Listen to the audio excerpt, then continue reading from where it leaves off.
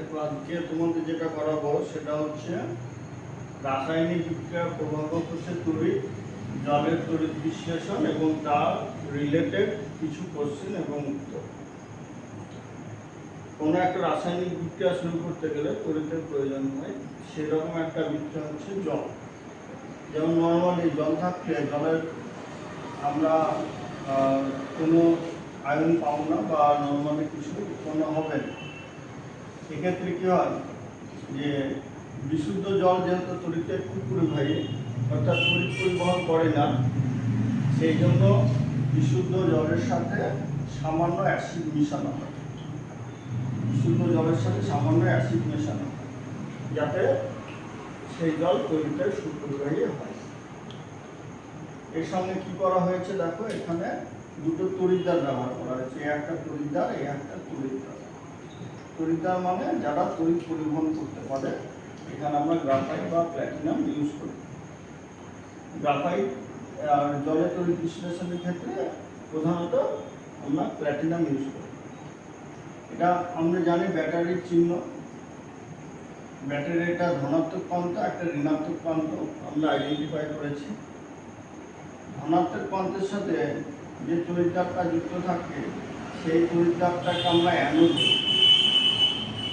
ব্যাটারির ঋণাত্মক প্রান্তের সাথে যে তড়িৎদ্বারটা যুক্ত থাকে সেই প্রান্তটাকে আমরা ক্যাথোড।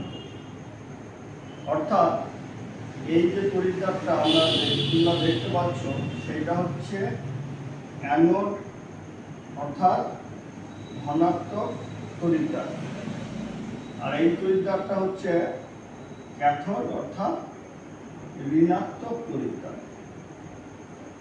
জলে যদি এরপর ব্যাটারি যদি যুক্ত করে দিই তাহলে জলের মধ্যে একটা কারেন্টের প্রবাহ হবে। এর ফলে H2O এটা ভেঙে গিয়ে কি তৈরি হবে, H plus plus OH minus, এই আয়ন দুটো তৈরি হবে জল ভেঙে গিয়ে। দেখো H প্লাস ধনাত্মক আয়ন, ধনাত্মক আয়নগুলো কোন দিকে আর ঋণাত্মক আয়নগুলো কোন তড়িৎদ্বারের দিকে আকৃষ্ট হবে সেটা আমাদের প্রথম বুঝতে হবে। তবে ধনাত্মক তড়িৎদ্বার আমরা জানি ধনাত্মক আয়ন, এটা হচ্ছে ধনাত্মক আয়ন, এটা হচ্ছে ঋণাত্মক আয়ন। ধনাত্মক আয়ন হিসাবে আমরা জলের তড়িৎ বিশ্লেষণ করলে H প্লাস পাবো, আর ঋণাত্মক আয়ন হিসাবে আমরা OH মাইনাস পাবো। এই H প্লাস কোন দিকে, ক্যাথোডের দিকে আকৃষ্ট হবে, মানে এই দিকে যেগুলো তোমরা দেখতে পাচ্ছ সেগুলো হচ্ছে H প্লাস আয়ন। আর ঋণাত্মক আয়নগুলো কোন দিকে, ধনাত্মক তড়িৎদ্বারের দিকে অর্থাৎ অ্যানোডের দিকে আকৃষ্ট হবে, মানে OH মাইনাস।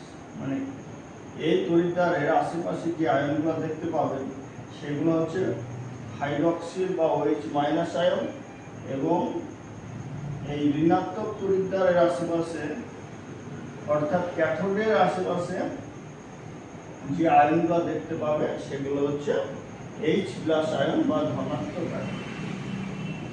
এবার এটা তড়িৎ বিশ্লেষণ হলে এবার আমরা আরেকটু এই দিকটা জেনে নিই যে ব্যাটারির ধনাত্মক প্রান্তের সাথে যে তড়িৎদ্বার যুক্ত থাকলো সেটাকে বলছি আমরা অ্যানোড, ঋণাত্মক প্রান্তের সাথে যেটা যুক্ত থাকলো সেটা হচ্ছে ক্যাথোড।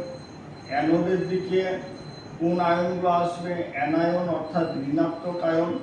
ক্যাথোডের দিকে যে আয়নগুলো আসবে ক্যাটায়ন বা ধনাত্মক আয়ন।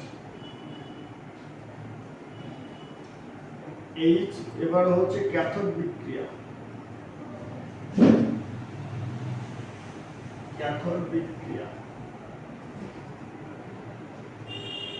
ক্যাথোড বিক্রিয়ায় কি হবে, H প্লাস আয়নগুলো কি করবে, ইলেকট্রন গ্রহণ করবে, যে H পরমাণুতে পরিণত, H প্লাস এই H দুটো পরমাণু যুক্ত হয়ে H2 গ্যাস উৎপন্ন করে, এটা গ্যাস। যেহেতু এখানে ইলেকট্রন যুক্ত হচ্ছে এটা হচ্ছে বিজারণ বিক্রিয়া। তাহলে ক্যাথোডে কোন বিক্রিয়া ঘটে, তাহলে ক্যাথোডে বিজারণ বিক্রিয়া। যদি অ্যানোড বিক্রিয়া বলি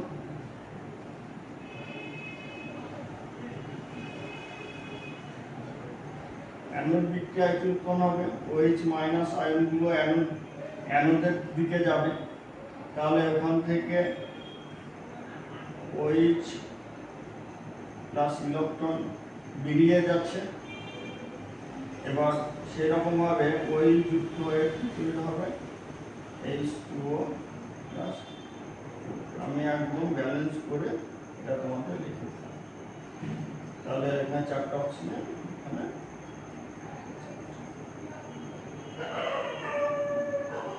তাহলে যেহেতু এটা ইলেকট্রন বেরিয়ে যাচ্ছে, এটা জার্মান বিক্রিয়া। তাহলে যদি প্রশ্ন আসে যে ক্যাথোডে কোন বিক্রিয়া ঘটবে, উত্তর হবে ক্যাথোডে বিজারণ বিক্রিয়া ঘটে, এবং অ্যানোডে কোন বিক্রিয়া ঘটে? অ্যানোডে হবে জারণ বিক্রিয়া। ক্যাথোডে যদি বলে কোন গ্যাস উৎপন্ন হয়, তাহলে ক্যাথোডে হাইড্রোজেন গ্যাস উৎপন্ন হয় এবং অ্যানোডে হয় অক্সিজেন গ্যাস।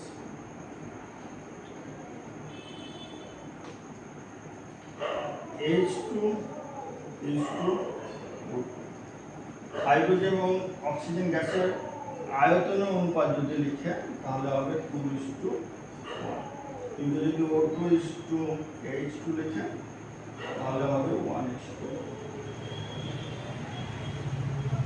তাহলে আমরা যে বিষয়গুলো শিখলাম, এগুলো তোমাদের ক্লাস 10 এবং ক্লাস 8-এ তোমাদের আছে। এগুলো যদি তোমরা বই করে নিজে দেখো, তাহলে এখানে অনেক হেল্প পাবে। পরের ক্লাসে পরের টপিকগুলো আলোচনা করব।